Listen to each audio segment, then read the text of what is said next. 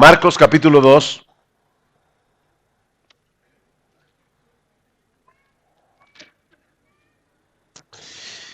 Y vamos a leer a partir del versículo 23 hasta el capítulo 3, versículo 6.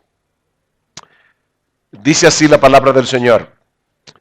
Aconteció que al pasar él por los sembrados un día de reposo, sus discípulos andando comenzaron a arrancar espigas. Entonces los fariseos le dijeron: mira, ¿por qué hacen en el día de reposo lo que no es lícito? Pero él les dijo: ¿nunca leísteis lo que hizo David cuando tuvo necesidad y sintió hambre, él y los que con él estaban? ¿Cómo entró en la casa de Dios siendo Abiatar sumo sacerdote? Y comió los panes de la proposición, de los cuales no es lícito comer, sino solo a los sacerdotes, y aún dio a los que con él estaban. También les dijo: el día de reposo fue hecho por causa del hombre, y no el hombre por causa del día de reposo. Por tanto, el Hijo del Hombre es Señor aún del día de reposo. Otra vez entró Jesús en la sinagoga, y había allí un hombre que tenía seca una mano, y le acechaban para ver si en el día de reposo le sanaría, a fin de poder acusarle. Entonces dijo al hombre que tenía la mano seca: levántate y ponte en medio. Y les dijo: ¿es lícito en los días de reposo hacer bien o hacer mal, salvar la vida o quitarla? Pero ellos callaban. Entonces, mirándolos alrededor con enojo, entristecido por la dureza de sus corazones, dijo al hombre: extiende tu mano. Y él la extendió, y la mano le fue restaurada sana. Y salidos los fariseos, tomaron consejos con los herodianos contra él para destruirle. Vamos a orar. Padre bueno, nosotros vamos a estar hablando ahora de tu palabra y este pasaje en particular del Evangelio, y queremos conocer un poco más acerca de cómo piensa nuestro Señor Jesucristo y lo que Él siente, sobre todo de manera particular contra el legalismo. Señor, sabemos que este es un grave problema en las iglesias en el día de hoy, y nosotros queremos implorarte a ti, Señor, que a pesar del cansancio de nuestros cuerpos, tú nos des una mente despierta y un corazón dispuesto para recibir tu palabra. Ayúdanos, Señor, porque te lo pedimos en el nombre de Cristo. Amén. A través de todo su ministerio, el Señor Jesucristo se mantuvo en una tensión constante con los líderes religiosos de Israel. Ahora, lo más sorprendente de estos conflictos es que los más fuertes los tuvo con el ala más conservadora, teológica y moralmente hablando, los escribas y los fariseos. De hecho, uno de los discursos más duros que aparecen en los evangelios de parte del Señor Jesucristo lo encontramos en Mateo 23. Y es un discurso que fue dirigido precisamente contra los escribas y los fariseos. Estos hombres representaban la ortodoxia de aquellos días. Eran los que parecían más apegados a las escrituras, pero ningún grupo religioso se opuso contra Jesús con más saña y con más animadversión que los escribas y los fariseos, como vemos en estas dos historias del Evangelio de Marcos. Estas dos historias tienen en común el hecho de que sucedieron durante el Sabbat. El Sabbat o el sábado era el día sagrado para el pueblo de Israel, que se guardaba según la ley desde la caída de sol de viernes hasta la caída del sol del día sábado. En el primer incidente nosotros vemos que Jesús y sus discípulos estaban arrancando espigas para comer, mientras que en el segundo incidente el Señor sanó milagrosamente a un hombre. Esto provocó una reacción tan violenta de parte de los fariseos que de inmediato comenzaron a conspirar con los herodianos para matar a Jesús. Por supuesto, para un lector del siglo XXI, esta respuesta de los fariseos puede parecerles completamente desproporcionada. ¿Cómo es posible que estos hombres hayan querido destruir a Jesús por tan poca cosa. Pero hermanos, lo que está detrás de estos incidentes no es una simple diferencia de opinión sobre la forma correcta de guardar el día de reposo. Lo que nosotros tenemos en estos dos episodios del Evangelio de Marcos es un choque de trenes entre el Evangelio de Jesús y la religión legalista de los fariseos. Vuelvo y repito. Lo que nosotros tenemos en estas dos historias es un choque de trenes entre el Evangelio de Jesús, el que nosotros deberíamos creer, ¿verdad? Y la religión legalista de los fariseos.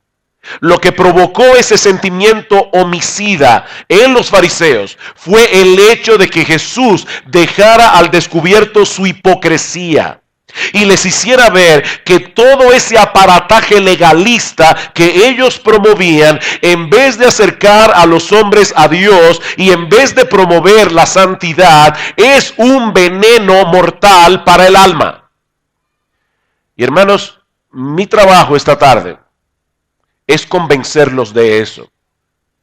Mi trabajo en esta tarde es hacerles ver lo horrible, lo peligroso, lo nocivo, lo dañino que es el legalismo. Y como yo decía en la primera sesión, si quieres ver a un legalista, simplemente mírate al espejo. Porque lo cierto es que todos nosotros somos legalistas en recuperación. Todos tenemos que luchar con ese problema. Y ese problema es un veneno para el alma. El problema, mis hermanos, es que en muchas iglesias los líderes religiosos promueven el legalismo en vez de atacarlo. Y lo que nosotros queremos hacer en esta tarde es dejar al descubierto qué es el legalismo, por qué hace tanto daño y cuál es la alternativa que Jesús presenta al legalismo. Entonces veamos en primer lugar en qué consiste el legalismo. Y yo espero, hermanos, que esto nos ayude a entender por qué debemos defendernos de este mal tan destructivo y tan seductor al mismo tiempo. Perdón, yo no sé si soy yo aquí con los monitores, pero ¿se está oyendo como un eco o es únicamente de este lado? ¿Ustedes oyen bien? Ah, bien, pues me quedo con el eco. Ok. Hermanos, ¿a qué nos referimos cuando hablamos del legalismo? Bueno, de la manera más simple posible, nosotros podemos decir que el legalismo consiste en ganar el favor de Dios, en tratar de ganar el favor de Dios a través de nuestra obediencia a un conjunto de leyes y normas. Y es importante que nosotros pongamos atención a cada palabra de esta definición. Consiste en tratar de ganar el favor de Dios a través de nuestra obediencia a un conjunto de leyes y normas, como bien señala el doctor R.C. Sproul, que se ha mencionado aquí en estos días. El legalismo exalta la ley por encima de la gracia. Si cumplimos la ley, seremos aceptados. Por lo tanto, nuestra relación con Dios, según el legalismo, depende enteramente de nuestro esfuerzo en obedecer los mandamientos. Mientras mejor me comporte, seré más bendecido. Ahora bien, cuando nosotros partimos de esa premisa, ¿verdad? Recuerden cuál es la premisa. Estoy tratando de ganarme el favor de Dios a través de mi obediencia. Estoy tratando de ganarme el favor de Dios por lo bien que me porto. Cuando yo parto de esa premisa, usualmente van a ocurrir tres cosas. En primer lugar, la primera es que tarde o temprano vamos a comenzar a añadir algunas reglas que no están en la Biblia.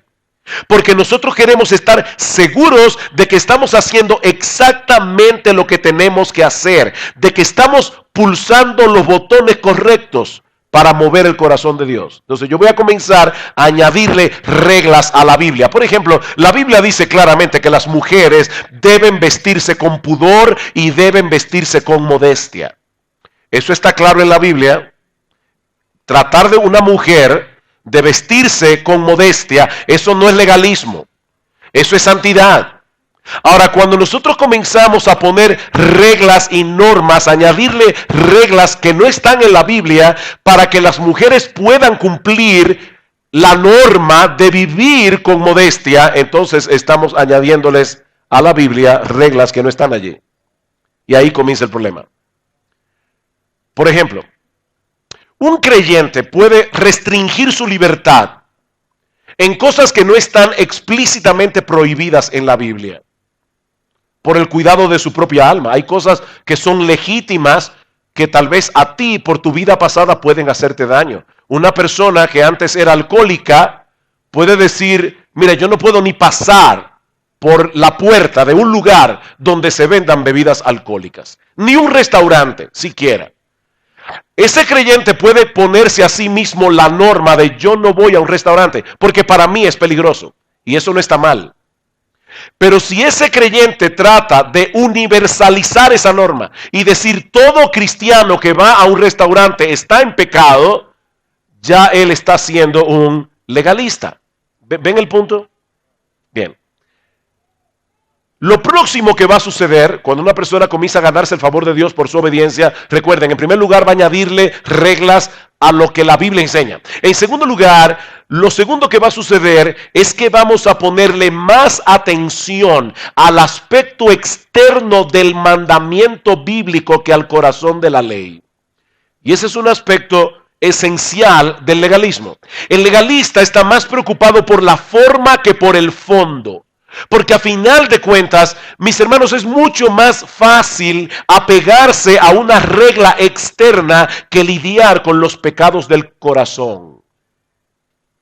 Por eso el Señor Jesucristo en ese sermón tan duro de Mateo 23 les decía, ay de vosotros escribas y fariseos hipócritas, porque diezmáis la menta y el eneldo y el comino y dejáis lo más importante de la ley, la justicia, la misericordia y la fe. Eso es como la hermana que dice, yo no uso pantalones porque yo debo ser modesta, pero es una chismosa.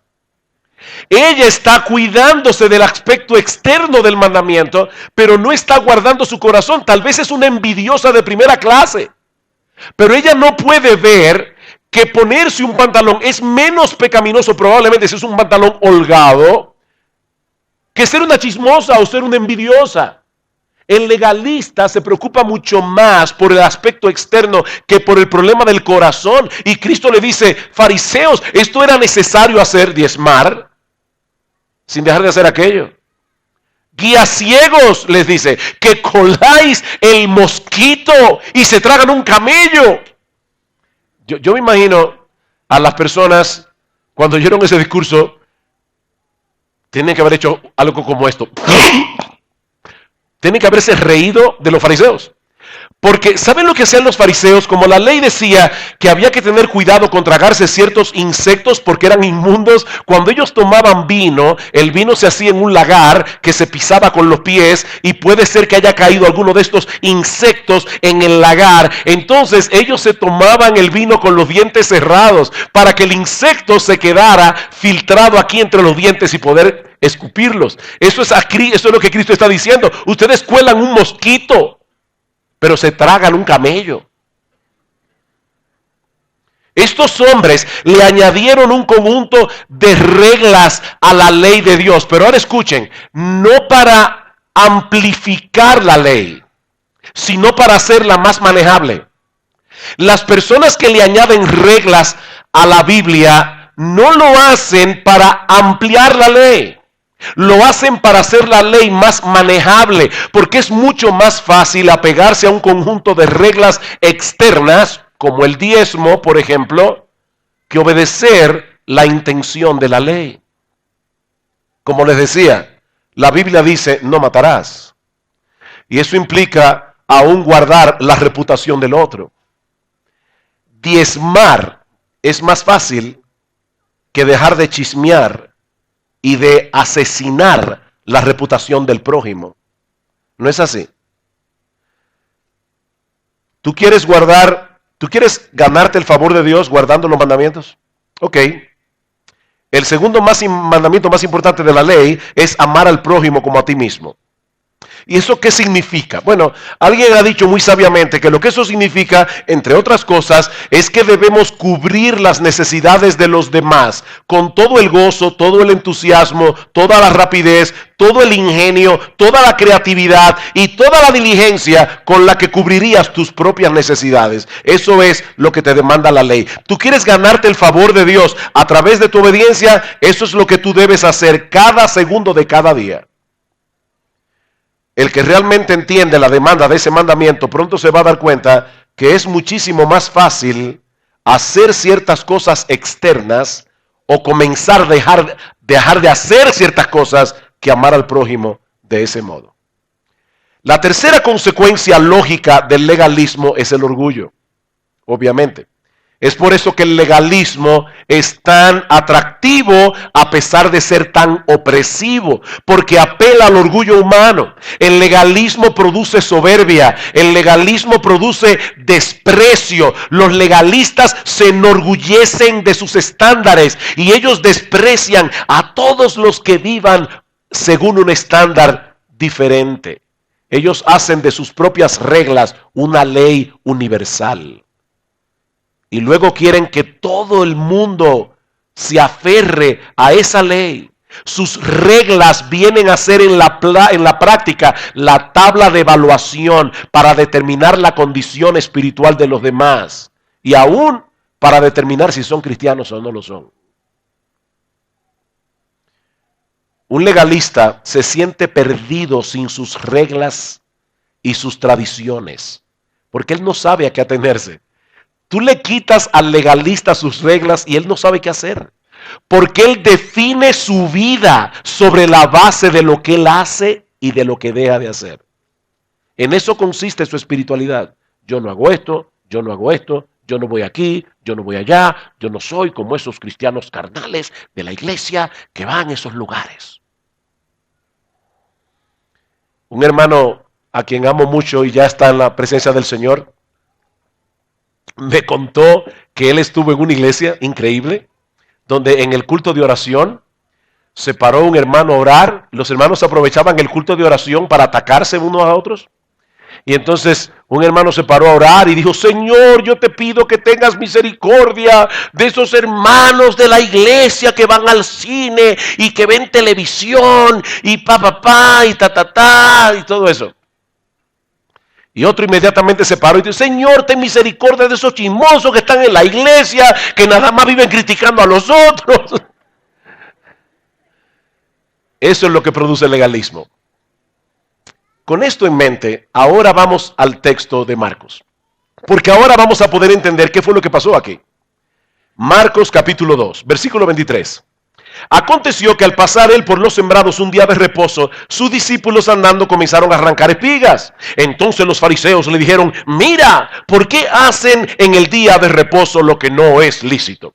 Hermanos, traten de imaginarse esta escena. Jesús caminando con sus discípulos en medio de un campo de trigo, la brisa soplando, conversando entre ellos, tal vez cosas edificantes, arrancando espigas para comer. Yo estoy seguro que ellos estaban pasando un tiempo sumamente placentero hasta que aparece en el camino la Gestapo de la santidad.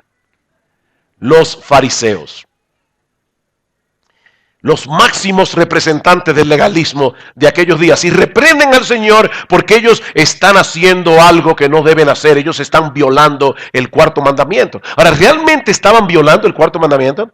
En Génesis 1 y 2 nosotros vemos que Dios hizo todas las cosas en 6 días, el séptimo día reposó y Dios dejó un patrón establecido para nosotros: 6 días de trabajo, un día de descanso. Y dice en el cuarto mandamiento: 6 días trabajarás, harás toda tu obra, mas el séptimo día es reposo para Jehová tu Dios. Debemos apartar ese día para renovar nuestras fuerzas físicas, para tener un tiempo de deleitosa comunión con Dios, sin los impedimentos propios del resto de la semana. Así que, hermanos, el día de reposo estaba supuesto a ser un tiempo de restauración, tanto física como espiritual. Pero entonces, los doctores de la ley comienzan a pensar: ¿cuáles son aquellas cosas que podemos considerar como un trabajo y que debían ser prohibidas en el día de reposo? Y fueron tan detallados en su respuesta que terminaron añadiendo 39 prohibiciones con un montón de acápites de cosas que no se podían hacer en el día de reposo. Por ejemplo, las mujeres no deben mirarse al espejo en el día de reposo. ¿Por qué? Bueno, porque si se ven una cana, pueden sentirse tentadas a arrancárselas y eso es un trabajo. Así que está prohibido para las mujeres mirarse al espejo el día de reposo. Como en el día de reposo no se debe sembrar, eso incluye colocar la semilla en la tierra, pero también regarla, podarla, fertilizarla, etc. Pero ¿qué sucede? Esto es real, hermano, yo no estoy haciendo chistes. Esto es lo que los fariseos, los rabinos pensaban. ¿Qué sucede si tú estás comiendo una fruta en el patio de tu casa y se te cae la semilla de la boca o se te cae la semilla del plato y para colmo la semilla germina? Tú estás sembrando. ¿O qué si tú estás bebiendo algún líquido y accidentalmente se derrama sobre el pasto? ¿No podríamos considerar eso como regar la tierra? Bueno, para evitar esa violación de la ley, los rabinos prohíben, al día de hoy todavía, los ortodoxos guardan el día de reposo de esa forma. Se prohíbe comer y beber en el patio de la casa durante el día de reposo. Si te encuentras un insecto en una gaveta, al cerrarla, debes dejar espacio suficiente para que el insecto pueda escapar, porque no se puede cazar en el día de reposo. Tampoco se puede usar dientes postizos en el día de reposo, porque eso es llevar cargas. Los rabinos incluso contaron la cantidad de pasos que se podían dar en el día de reposo, 1999 y ni uno más. Por eso es que en el Nuevo Testamento nosotros leemos que en Hechos 1:12 dice que ellos habían caminado, dice, camino de un día de reposo. Eso era lo que se permitía caminar en un día de reposo. 1999 pasos.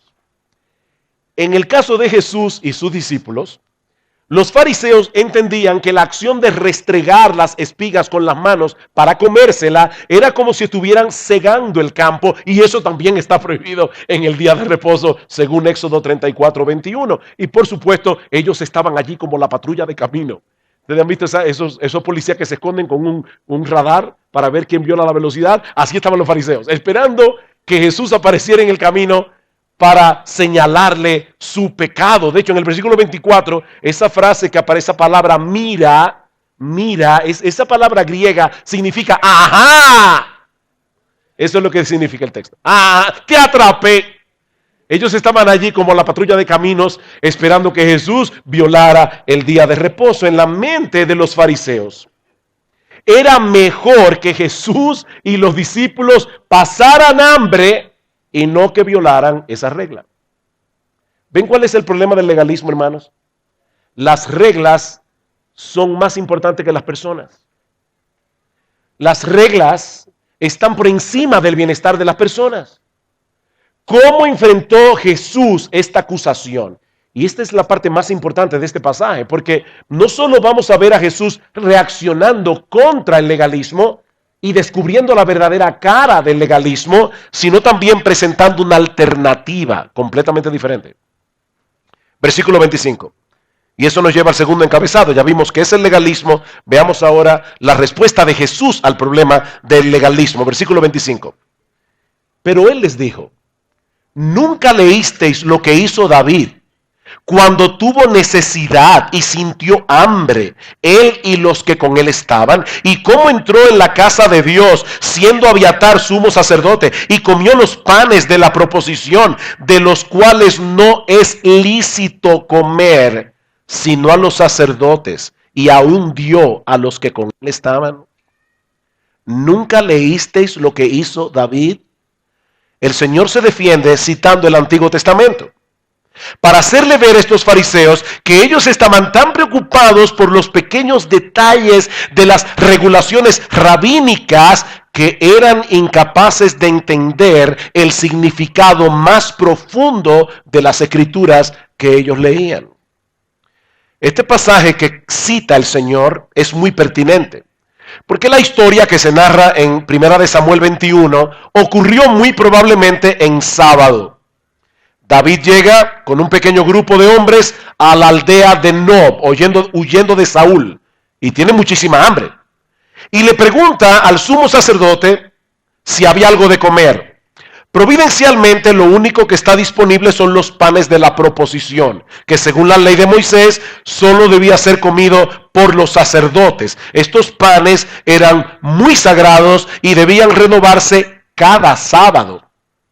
Y dice en 1 Samuel 21 que estaban calientes. Por eso suponemos que habían sido acabados de poner y que era sábado. ¿Cuál es el punto de esta historia? Que las leyes ceremoniales del Antiguo Testamento no pueden estar por encima de las necesidades humanas. David no fue condenado por comer de esos panes, ni el sumo sacerdote por habérselos dado, porque ellos tenían una necesidad real, a pesar de que no les era lícito comer según la ley ceremonial. Y esa palabra es importante porque es la que usan los fariseos. ¿Recuerdan? Versículo 24. Mira, ¿por qué hacen en el día de reposo lo que no es lícito? Y Cristo les dice, David también comió de panes que no les era lícito. Si David, que era un héroe nacional para los judíos, comió de esos panes sagrados y no fue reprendido por eso, ¿qué derecho tenían los fariseos para reprender a Jesús? Estos hombres habían colocado sus tradiciones al mismo nivel de la ley de Dios y ahora pretendían meter a todo el mundo en esa camisa de fuerza. Y yo me pregunto, hermanos, ¿eso ya no ocurre en las iglesias evangélicas en el día de hoy? Personas que crean tradiciones que en un momento dado tal vez fueron buenas y luego quieren meter a todo el mundo en esas mismas tradiciones. Hay iglesias que tienen escuela dominical y eso está bien. Qué bueno tener escuela dominical. Pero de repente llega un pastor y comienza a pensar y dice, ¿y ustedes creen que realmente es tan importante tener escuela dominical? La Biblia manda que nos reunamos el domingo para adorar al Señor mañana y tarde, pero tal vez debamos considerar quitar la escuela dominical y dar esa enseñanza en otro momento. Hay hermanos de la iglesia que van a ver eso casi como una violación a la ley de Dios, simplemente porque esta iglesia siempre ha hecho las cosas así. Sus tradiciones están por encima de la palabra de Dios. Ahora, Jesús no se limita a defenderse de la acusación, sino que ahora Él toma la ofensiva, haciéndole ver a estos fariseos que eran ellos los que estaban violando el corazón de la ley. Versículo 27. También les dijo, el día de reposo fue hecho por causa del hombre, y no el hombre por causa del día de reposo. Jesús está diciendo, fariseos, ¿cuál de estas dos cosas fue hecha para beneficio del otro? ¿El hombre para el sábado o el sábado para el hombre? Cuando Dios bendijo el día de reposo y lo santificó, fue para beneficiar al hombre, no para esclavizarlo. Pero todas esas regulaciones minuciosas que los rabinos le habían añadido al cuarto mandamiento, habían convertido el día de reposo en una carga insoportable, no en una bendición. Yo creo en el día de reposo. Yo no sé cuál es la convicción que tienen aquí. Yo creo que el creyente debe guardar un día para el Señor. Pero hay personas que piensan que en el día de reposo los niños deben estar sentados en una silla y no te muevas mucho, porque es el día de reposo. Es una concepción de lo que el día de reposo debe ser, que termina oprimiendo a los demás. Es como esa niña que estaba en la iglesia y una señora contó esta historia. Ella estaba en la iglesia de visita y la niña se voltea, le sonríe a la señora y la mamá se da cuenta que la niña estaba volteando la cara y sonriéndole. Así que la señora le da un golpe en la cabeza a la niña y le dice, deja de reírte que estamos en la iglesia. Y ella se queda pensando, deja de reírte que estamos en la iglesia. O sea, dice, hay personas que van a la iglesia como si acabaran de leer el testamento de una tía rica que le dejó toda su fortuna al hámster que tenía de mascota. O sea, yo voy a la iglesia, es como, venimos a la iglesia aquí a aburrirnos y a venir a la iglesia es algo terrible. Es así como las personas ven el día de reposo, pero como ellos quieren ganar el favor de Dios, yo tengo que aguantar el culto hasta que termine, aunque no me guste. Los fariseos le habían robado al día de reposo su verdadero propósito, que era promover el bienestar físico y espiritual del hombre. Así que Jesús no está anulando ese día, no tenía por qué hacerlo si es una bendición. Jesús le está devolviendo al día su propósito original. Hermanos, este es un día de fiesta para el creyente. Porque es el día en que podemos dejar de lado nuestras labores ordinarias para darle descanso a nuestros cuerpos y tener comunión con Dios sin los impedimentos propios del resto de la semana. El día de reposo es una bendición. Nuestro Dios es tan bueno, es tan sabio que Él nos ordena tomar un día de descanso. Porque Él sabe que así como hay gente vaga, hay gente adicta al trabajo. Hay gente que no puede dejar de trabajar y eso termina siendo dañino para su alma y termina siendo dañino para su cuerpo. Y Dios en su bondad nos da un día de reposo. El día de reposo no está supuesto a ser una carga insoportable. Nuestro Dios nos dio ese día como un regalo, no como una camisa de fuerza. Pero el Señor no solo se limita a acusar a los fariseos de haber violado el espíritu del cuarto mandamiento, sino que ahora les hace ver que ellos estaban enfrentándose con el mismo Dios al que supuestamente están tratando de servir y obedecer. Versículo 28. Por tanto, el Hijo del Hombre es Señor aún del día de reposo. Hermanos, cuando una oración comienza con un por tanto, no solo quiere decir que está conectada con lo que se ha dicho antes, sino que se trata de una conclusión lógica de lo que se ha dicho. ¿Cuál es entonces la conexión entre el versículo 27 y el 28? Lean otra vez. Versículo 27. También les dijo, el día de reposo fue hecho por causa del hombre. Pregunta, ¿quién hizo el día de reposo? Fíjense, dice aquí, el día de reposo fue hecho. ¿Quién hizo el día de reposo? No sean tímidos. Dios hizo el día de reposo. No fueron los fariseos. Fue Dios. Y ahora Cristo dice, por tanto, el Hijo del Hombre, es decir, yo, Jesús, es Señor del día de reposo. ¿Sabe lo que le está diciendo? Ya que el día de reposo fue creado por Dios y yo soy Dios encarnado, el día de reposo lo creé yo y ustedes me están tratando de enseñar a mí cuál es la menor manera de guardarlo. Yo soy Señor del día de reposo. Los fariseos no podían saber mejor que Jesús lo que era lícito o ilícito hacer en ese día o en cualquier otro día, porque Él es la autoridad suprema del universo. Él es nuestro creador y es nuestro legislador. Así que la alternativa al legalismo no es deshacerse de la ley moral de Dios. La alternativa al legalismo es someterse a la autoridad de Jesús. ¿Oyeron eso, hermanos? No es deshacerse de la ley moral, es someterse a la autoridad de Jesús. Es rendirse ante Él como Señor de nuestras vidas. Un Señor que usa su autoridad, incluyendo el hecho de darnos su ley moral, para hacernos bien, no para amargarnos la vida. ¿Saben cómo muchas personas se imaginan a Dios? Yo he usado esta frase antes en la iglesia. Dios es como una especie de matagozo cósmico. O sea, Dios está en los cielos mirando en la tierra a ver quién se está divirtiendo demasiado para desgraciarle la vida y para prohibirle hacer lo que lo está divirtiendo tanto. Entonces ellos ven a Dios mirando y dicen, como que le gusta mucho eso. Prohibido. Y aquí, prohibido.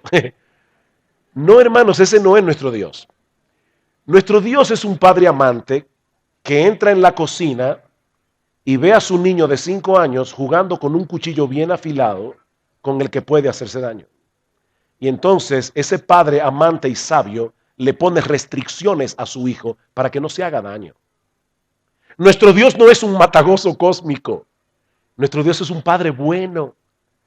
Un padre tan bueno que, como hemos visto en estas conferencias, para redimirnos de nuestros pecados, para salvarnos y llevarnos a vivir con Él, envió a su propio hijo a morir en una cruz por nuestros pecados. Imagínate a 2 personas tratando de guardar el día de reposo. Uno, porque quiere convencer a Dios que lo bendiga. Ese es el legalista. El otro, porque sabe que ya ha sido abundantemente bendecido sin merecerlo. Uno, para ganarse el favor de Dios. Mira, Señor, aquí estoy yo. No hago nada en este día para que tú me bendigas. Pero aquí está otro, guardando el día de reposo porque él sabe que ya ha sido increíblemente favorecido. Para este, el día de reposo es una carga. Para este otro, será una fiesta. Será una celebración. Así que los fariseos tenían 2 alternativas aquí. O se humillaban ante Jesús y recibían el beneficio de su bondad, o se mantenían en pie de guerra contra él hasta quitarlo del medio, y lamentablemente ellos optaron por la segunda opción, y eso nos lleva a nuestro tercer y último encabezado que veremos más brevemente. Ya vimos el problema del legalismo, vimos la respuesta de Jesús al legalismo. Veamos ahora, hermanos, la relación de animadversión mutua que hay entre Jesús y el legalismo. Animadversión mutua. Hermanos, a Jesús el legalismo le da náuseas. Así como el legalista no quiere saber de Jesús. Hay una animadversión mutua. Capítulo 3. Otra vez entró Jesús en la sinagoga, por supuesto un sábado. Y había ya un hombre que tenía seca una mano y le acechaban para ver si en el día de reposo le sanaría a fin de poder acusarle. Según las leyes rabínicas, otra vez, se podía sanar a un hombre en sábado, pero solo si su vida corría riesgo. De no ser así, debía ser sanado otro día para no violar el día de reposo. Ven ustedes otra vez, las reglas están por encima de las personas. Ellos sabían que sanar a ese hombre era hacerle un bien. Pero ese bien no debía ser hecho en el día de reposo. Sánalo en cualquier otro día, pero no en este día tan sagrado. Ahora, lo que más me choca de esta historia es que ellos sabían que Jesús tenía poder para sanarlo. ¿Se dieron cuenta? Dice que ellos acechaban a Jesús para ver si él usaba el poder que ellos sabían que él tenía para sanarlo. Ellos dicen, Jesús tiene poder definitivamente, pero en vez de postrarse y adorarle, él están allí acechando a ver si encuentran algo con qué acusar a Jesús. Versículo 3. Entonces dijo al hombre que tenía la mano seca, Jesús, levántate y ponte en medio. Y les dijo a los fariseos, ¿es lícito en los días de reposo hacer bien o hacer mal, salvar la vida o quitarla? ¿Qué respondieron los fariseos? Nada. ¿Saben por qué nos respondieron? Porque ellos sabían la respuesta. Y la respuesta no los favorecía. La lógica de Jesús aquí es impecable. Si es lícito sanar a un hombre que está en riesgo de morir, también debe ser bueno restaurarle completamente la salud, aunque no se esté muriendo, ¿no es así? Mis hermanos, ¿cuáles son los 2 mandamientos más importantes de la ley? Amar a Dios con todo tu corazón, toda tu alma, toda tu mente, y amar al prójimo como a ti mismo. Bueno, eso es lo que el Señor está haciendo aquí. Él está amando a su Padre al mostrar su carácter misericordioso y compasivo, y está amando al prójimo a este hombre de la mano seca al librarlo de su enfermedad. Así que la pregunta de Jesús en el versículo 4 solo tenía una respuesta posible. Por supuesto que es perfectamente legítimo sanar a este hombre en día de reposo, pero los fariseos optan por el silencio para no tener que reconocer lo que es evidente. Ellos eran honorables por fuera, pero por dentro tenían el corazón podrido. Ven ustedes, hermanos, porque yo les decía que el legalismo es tan nauseabundo, tan peligroso, tan dañino para la iglesia. ¿Cómo les llamó Cristo a los fariseos? Sepulcros blanqueados. Ya Edgar nos habló hace un rato de lo que pasa con los cadáveres. No es nada agradable. De paso, déjame decirte algo. Para todos aquellos que se están cuidando la figura y que se cuidan mucho, todos nosotros somos gusanos con 3 días de diferencia. Somos gusanos con 3 días de diferencia. Si tú te mueres hoy, en 3 días tú vas a estar llena de gusanos. Entonces somos gusanos con 3 días de diferencia. O sea que eso es lo que nosotros somos. Y Cristo le dice a los fariseos, ¿saben lo que ustedes son con toda su santidad, con toda su decencia, con toda su supuesta obediencia a la ley? Ustedes están podridos por dentro. Y eso es precisamente lo que llenó de enojo y de tristeza el corazón del Señor. Cuando yo les decía a ustedes que Jesús abomina el legalismo, yo no estaba sacando del texto algo que no está ahí. Versículo 5. Entonces, mirándolos alrededor con enojo, entristecido por la dureza de sus corazones, Jesús le dijo al hombre, extiende tu mano, y él la extendió y la mano le fue restaurada sana. ¿Saben qué, hermanos? Jesús nunca se enojó con los publicanos, Jesús nunca se enojó con las rameras, Jesús nunca se enojó con los pecadores, pero sintió una gran indignación y una profunda tristeza por la condición de estos soberbios y orgullosos legalistas que se justificaban a sí mismos y que se creían mejores que los demás, que miraban al resto de la iglesia por encima del hombro. Yo soy más santo que tú. Qué triste, hermanos, que eso se vea en iglesias evangélicas donde todos decimos ser pecadores salvados por gracia. ¿Por qué miramos a los demás por encima del hombro como si nosotros fuéramos superiores? ¿Saben por qué el Señor se enojó con estos hombres? Porque ellos eran los líderes religiosos del pueblo y con su legalismo ellos estaban alejando a los hombres de Dios y no estaban promoviendo la verdadera santidad. Queridos hermanos, la razón por la que nosotros debemos oponernos al legalismo con todas las fuerzas de nuestro corazón no es primariamente para defender nuestra libertad cristiana o para defender nuestros propios derechos. La razón por la que debemos oponernos al legalismo es para promover la verdadera santidad. La Biblia dice claramente que los cristianos deben ser santos porque nuestro Dios es santo, pero el legalismo no produce eso. El legalismo se convierte en un estorbo porque no nos mueve a conformar, porque nos mueve, a conformarnos a un conjunto de reglas externas que no producen un cambio real y permanente en el corazón.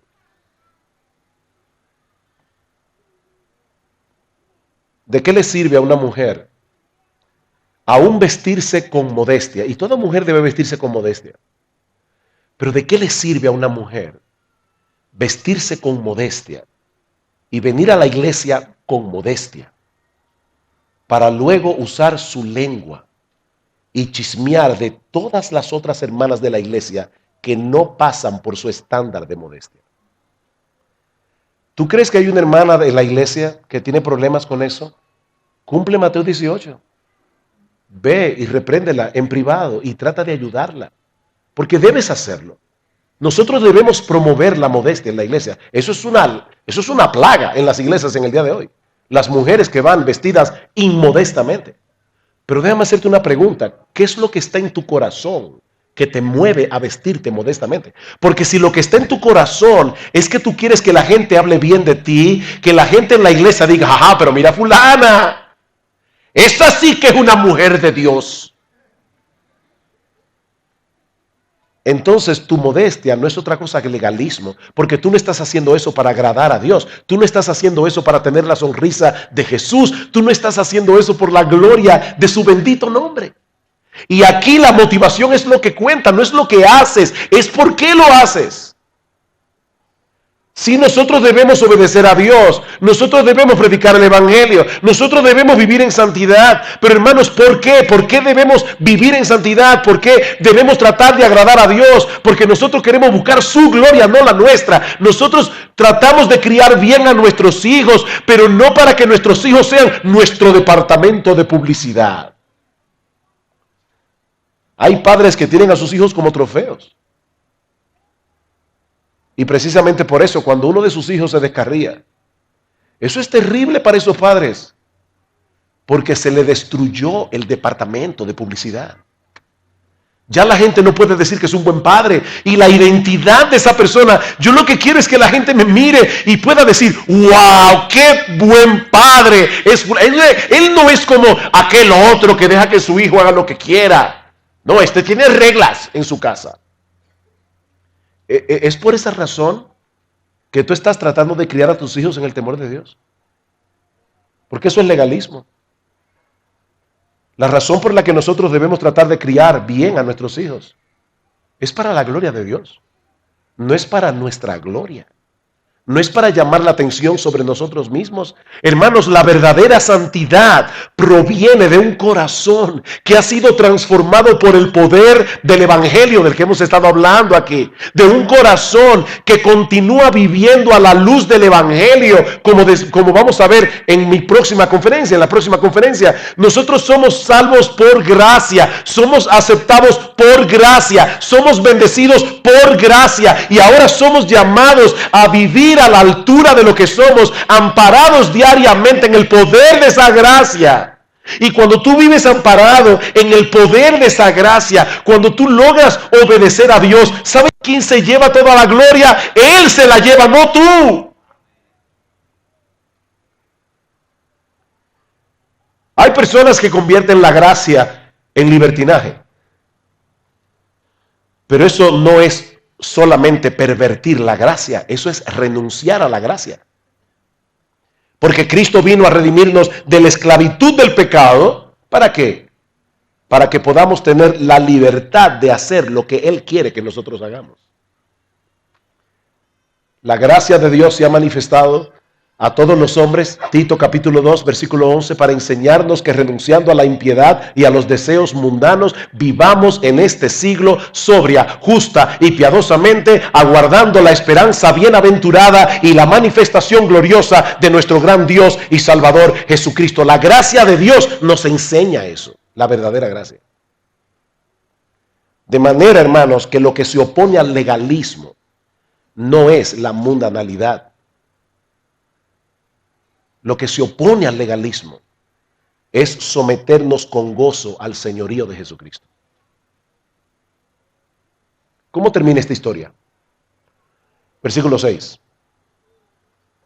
Salidos los fariseos, tomaron consejo con los herodianos contra él para destruirlo. Wow. Los fariseos se indignan tanto porque Jesús violó el día de reposo, que ellos ahora no tienen ningún problema en planificar un asesinato en ese día. ¿Ustedes se dan cuenta del problema del legalismo? O sea, Jesús sana a un hombre, violó el día de reposo. Entonces, como violó el día de reposo, ahora vamos a planificar un asesinato en el día de reposo. Y lo más increíble, confabulado con los herodianos. ¿Quiénes eran los herodianos? Aquellos que apoyaban fervientemente el gobierno de Herodes, uno de los reyes más corruptos que hubo en la nación de Israel en toda su historia. Herodes trató de corromper con el poder de Roma la cultura judía, implantar la cultura grecorromana en Israel. Así que los fariseos representaban los valores tradicionales de Israel. Los herodianos representaban el ala más pagana y más liberal de Israel. Pero aquí los vemos amiguitos confabulando juntos para matar a Jesús. ¿Saben por qué? Porque Jesús era una amenaza para los dos grupos. Jesús era una amenaza para los legalistas y era una amenaza para los mundanos. Los herodianos no veían a Jesús como de su lado. No, ellos también querían matarlo. Es obvio que si Jesús es el Señor de nuestras vidas, no podemos amoldarnos al espíritu de la época. No podemos amoldarnos a los valores de este mundo como pretendían los herodianos. Al final de cuentas, el legalismo y la mundanalidad tienen el mismo problema. Ambos son un estorbo para la salvación del incrédulo y la santificación del creyente. Ambos son un peligro para la iglesia. Un peligro del que solo podremos librarnos aplicándonos el evangelio. Autopredicándonos, como decía Sergio esta mañana. Mis hermanos, no queremos tener una iglesia llena de fariseos, pero tampoco queremos tener una iglesia llena de herodianos. Es que estas no son las únicas dos alternativas. Porque hay personas que dicen, están atacando el legalismo. Debe ser que ese pastor es un mundano. Es que hay otra alternativa. Queremos tener iglesias llenas de hombres y mujeres que amen a Cristo con pasión. Hombres y mujeres que deseen vivir para Él. No para convencer a Dios de que nos bendiga, no para tener una buena reputación delante de los hombres y que los hombres nos alaben, sino porque ya hemos sido bendecidos con toda bendición espiritual en los lugares celestiales en Cristo, habiendo sido escogidos por Dios desde antes de la fundación del mundo para ser recipientes de su gracia. Quiere el Señor, hermanos, librar nuestras iglesias del veneno del legalismo y del veneno de la mundanalidad. Y la única manera es colocar a Cristo en su lugar. Es seguir predicando a Cristo como el Señor de gloria. Es seguir predicando el evangelio, proclamando las verdades del evangelio que llenan nuestros corazones de gratitud y nos mueven a obedecer a Dios para su gloria. Que el Señor nos ayude, hermanos. Que el Señor nos ayude. Que el Señor libre nuestras iglesias del veneno nocivo del legalismo. Vamos a orar.